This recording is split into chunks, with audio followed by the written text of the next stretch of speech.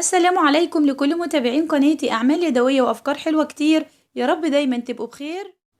وطبعا أحب أبدأ الفيديو بتاعي زي كل مرة بالصلاة على النبي.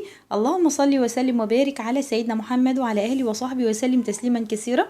طبعا منساش أشكر متابعيني الكرام اللي دايما بيدعموني وعلى الكلام المحترم اللي بيكون في التعليقات تحت الفيديو ودايما بستناه. شكرا ليكم. النهاردة أنا جايبه لكم فيديو بسيط خالص وسهل ومش محتاج أي حاجة وتكلفة حاجات هنرميها عندنا في البيت. واتمنى الناس الجديده اللي اول مره تشوف قناتي تعمل اشتراك على القناه او سبسكرايب، وما تنسوش ان انتوا تفعلوا رمز الجرس عشان يوصلكم كل جديد فيديوهاتي، وطبعا لايك وشير للفيديو. ما تنسوش اهم حاجه بسرعه لايك الاول.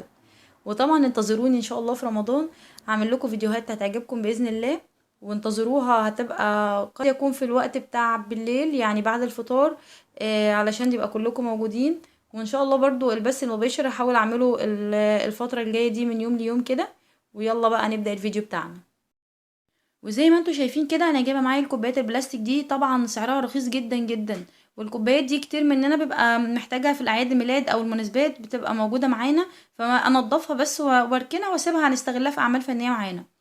دي مفارش كانت قديمه موجوده متاحه عندي، فانا حبيت ان انا اطلعها واشوف هنعمل منها ايه في الفتره الجايه ان شاء الله.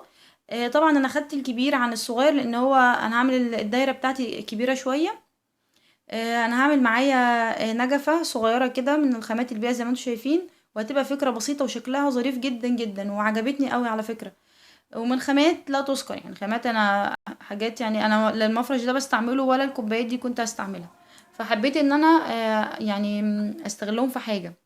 هبدأ اجيب بقى الكوبايات بتاعتي كده واعمل واحدة عكس التانية. بس اخلي بالي وانا بعمل وانا يعني بعمل الكوبايات بتاعتي، احاول ان انا يعني اديها كيرف صغير كده، يعني ما اخليهاش على استقامة واحدة، لان انا هخليها مدورة. هعمل واحدة فوق وواحدة تحت، يعني العكس بتاع الكوباية. وبعد كده خلي بالكم عشان في تكاية صغيرة كده، يعني بعد ما اخليها مدورة، يعني مش هخليها مدورة مش هقفلها غير لما هعمل كوباية في النص تانية كده بالشكل اللي انتوا هتشوفوه دلوقتي. دي هتبقى الاساس بتاعي اللي هعمل فيها اللمبة بتاعتي. انا كده قفلتها يعني عملتها بس ما قفلتهاش، جيت في الكوبايه اللي في النص، انتوا لو لاحظتوا هتلاقوا 3 في الجنب ده يمين و3 في الشمال، وجيت في النص دي هحط قدامها الكوبايه اللي هعملها دي. بس قبل ما احطها طبعا هعمل لها كده فتحه صغيره علشان هدخل منها السلك بتاع اللمبه بتاعتي اللي انا هستخدمها. وهبدأ طبعا اديها الشمع، وبعدين هلزقها على الكوبايه اللي هي في النص، لان انا لو انتوا شايفين كده يبقى 3 و3، يعني على يمين 3 وعلى الشمال 3. وبعد كده هبدأ احط دي بقى كده، هلزقها الاول عليها وبعدين اجمع عليها باقي الدايره بتاعتي زي ما انتم شايفين كده، بحيث انا بدي يعني الايه النص بتاعي بالظبط، بحيث ان هي تطلع لحد ما مظبوطه، ما تبقاش يعني ما تبقاش مش طالعه واخده شكل مدور. طبعا انا علمتكم ازاي تعملوا اللمبه بتاعتي في الفيديو بتاع في الفيديو بتاع اللي هي علبه الزبادي. لو انتوا عايزين تعرفوه انا هيطلع دلوقتي قدامكم على على الشاشه اللينك بتاعه، ادخلوا تشوفوا ازاي بعمل التركيبه بتاعه الكهرباء ديت. فكره بسيطه وسهله خالص وما تحتاجيش لحد يعملها لك. وبعد كده خلاص انا خلصتها وهركب فيها الايه الجزء التاني ده.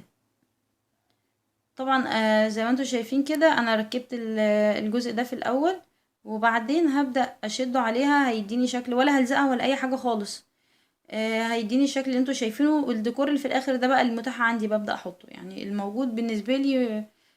مش شرط حاجة معينة، يعني لان انا في فيديوهات معينة يعني بستغل فيها الحاجة المتاحة عندي، ما بكونش اشتريت حاجة بجهزها مثلا الفيديو مثلا اقدم فيه اي شغل تاني. بس فيديو سهل وبسيط خالص، اتمنى ان هو يعجبكم، واتمنى ان انتوا تعملوا اشتراك على القناة او سبسكرايب، وشكرا ليكم.